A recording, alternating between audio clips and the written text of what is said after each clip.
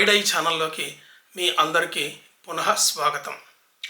నిన్ననే విడుదలైన court cinema super hit అని, బ్లాక్ బస్టర్ అని పేపర్లలో సమీక్షలు వీటన్నిటిని పొందింది. దీనికి కారణం ఏంటి? ఇందులో నటులు చాలా పెద్ద పెద్ద వాళ్ళు ఏం కాదు, కొత్తగా వస్తున్నటువంటి వాళ్ళు. దర్శకుడు కూడా ప్రసిద్ధి చెందిన దర్శకుడు కాదు, కొత్త దర్శకుడు. ఈ సినిమాతోటే మొదలయ్యాడు. కానీ ఒకేసారి ఒక్క రోజులోనే ఇంత మంచి పేరు ఎలా వచ్చింది? దీనికి కారణం ఏంటి? దీన్ని ఒకసారి చూద్దాం.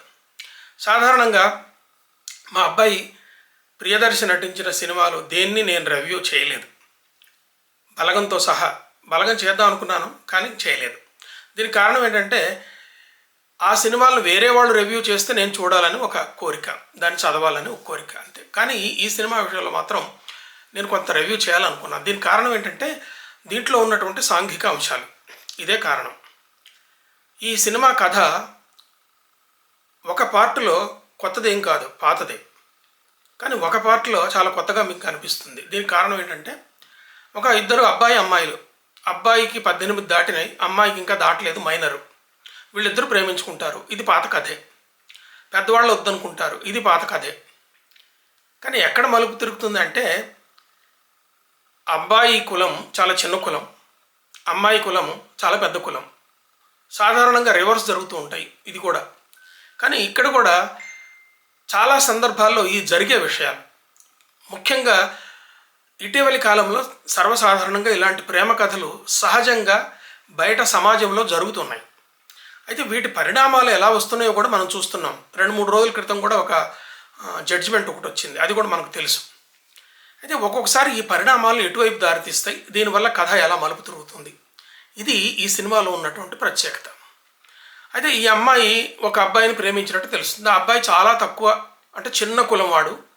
ఏదో చిన్న వృత్తి చేసుకుంటూ ఒక అపార్ట్మెంట్లో వాళ్ళ తల్లిదండ్రులు వాచ్మెన్గా బతుకుతుంటారు, ఇస్త్రీ చేసుకుంటూ ఉంటారు. దీన్ని దర్శకుడు సింబాలిక్గా, అంటే ఇది ఫలానా కులం అని చెప్పకుండానే చెప్తాడు. అట్లాగే ఆ అమ్మాయి తండ్రి కూడా ఫలానా కులం వాళ్ళని చెప్పకుండానే చెప్తాడు. ఉన్నత కులానికి, ధనిక వర్గానికి చెందినటువంటి వాడు వ్యక్తి. అయితే ఈ తండ్రి పాత్రని మొదటి నుంచి కూడా ఎస్టాబ్లిష్ చేస్తూ వచ్చాడు దర్శకుడు. ఎట్లా ఎస్టాబ్లిష్ చేశాడంటే, కులం, మన హోదా, మన పరువు చాలా గొప్పది. అయితే వాళ్ళ తమ్ముడు కూతురు రోజున స్లీవ్లెస్ గౌన్ వేసుకుంటేనే సహించాల, పెద్ద పెద్ద కేకలేసి అందరు అరుస్తాడనమాట. ఏంటి మన పరువు ఏం కావాలా, మన కులం పరువు ఏం కావాలా, మన పెద్దరికం ఏం కావాలా, ఇట్లానే బట్టలు వేసుకుని ఆడపిల్లలు పెంచేది ఇట్లాగే అని చెప్పి, అంటే ఆడపిల్లలు పెంచడంలో ఎలా పెంచాలన్నది అతనికి ఒక పద్ధతి ఉందన్నమాట. అంటే తన ఇంటి పరువు ఇవన్నీ కూడా ఎలా ఉంటాయి, తన కులం పరువు ఎలా ఉంటుంది, వీటి మీద చాలా ఎక్కువ కాన్షియస్నెస్ ఉన్నటువంటి వాడు. అలాంటి వాడు తన కూతురు ఇంకొక అబ్బాయి ప్రేమించిందని చెప్పి తట్టుకోలేకపోయి అతను చేసింది ఏంటంటే, మామూలుగా బయట జరిగేలాగా అతని మీద అటాక్ చేయటం, చంపించడం, కొట్టించడం ఇవన్నీ చేయకుండా ఇంకో రకంగా అతను ఫాలో అయ్యాడు.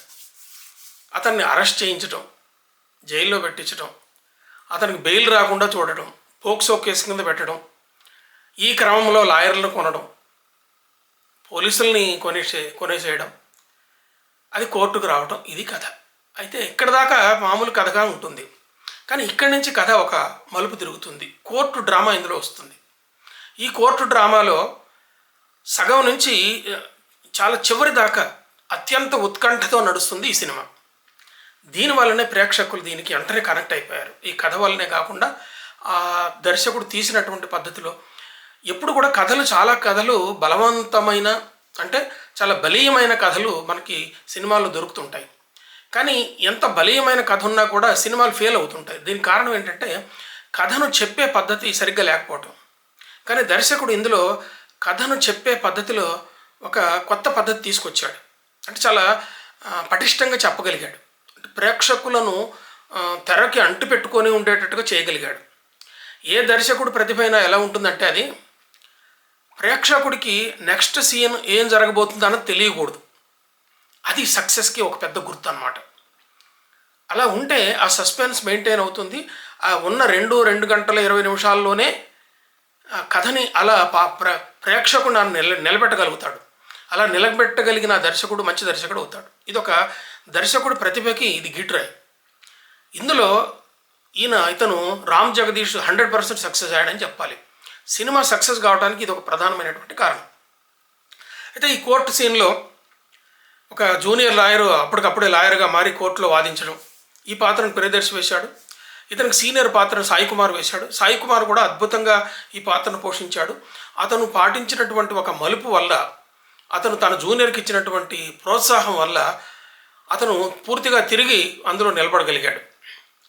ఆ తర్వాత ఈ అమ్మాయి తండ్రిగా శివాజీ వేశాడు జగదీష్. మంగపతి అనే పాత్రలో శివాజీ వేశాడు. అట్లాగే ప్రాసిక్యూషన్ లాయర్గా హర్షవర్ధన్ వేశాడు. మిగతా పాత్రలు ప్రతి వాళ్ళు కూడా ఆ పాత్రని 100% చాలా బ్రహ్మాండంగా పోషించారు. అయితే ఈ పోక్సో కేసు కింద అబ్బాయి మీద కేసు పెట్టి అతను జైల్లో ఉంచి అతను బెయిల్ రాకుండా చూసేటటువంటి క్రమం ఇతను తండ్రిగా చేస్తే, ఈ కుర్ర లాయర్ ఒక యంగ్, అప్పుడప్పుడే కొత్తగా, అది ఫస్ట్ కేసు అతనికి. ఈ ఫస్ట్ కేసులోనే అతను సాక్ష్యాలు ఎలా సంపాదించాడు, అట్లాగే ఈ అమ్మాయి తండ్రి కోర్టులో ప్రవేశపెట్టిన సాక్ష్యాలన్నీ కూడా ఎట్లా తప్పుడు సాక్ష్యాలు, కుక్డ్ అప్ స్టోరీస్ ఎట్లా అయినాయి అని చెబుతూ చివరికి కేసుని ఎలా నిరూపించగలిగాడు. ఈ కేసు అబ్బాయిది ఏమి తప్పు లేదు, అబ్బాయి ప్రేమించుకున్నారు. తర్వాత వీళ్ళు పోక్సో కేసు కింద చెప్పినట్టుగా ఏ విధమైనటువంటి హెరాస్మెంట్ జరగలేదు అని చెప్పి ఈ లాయర్ ఎలా నిరూపించగలిగాడు, కోర్టులో ఎలాంటి సాక్ష్యాలు ప్రవేశపెట్టగలిగాడు, ఎలా వాదించగలిగాడు అన్నది ఈ సినిమాకి చాలా కీలకమైంది. అందువల్లనే ఇది అంత గ్రాండ్ సక్సెస్ అయింది.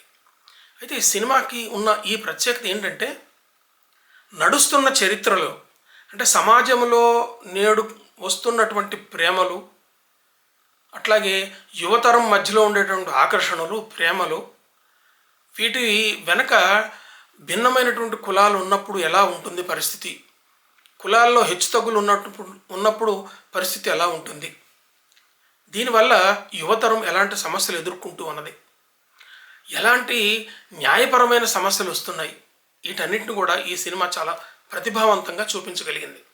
ముఖ్యంగా పోక్సో యాక్ట్ అంటే ఏంటి, దాంట్లో ఉన్నటువంటి విపరీతమైన పరిణామాలు ఏంటి కూడా ఈ సినిమా చెప్పగలిగింది.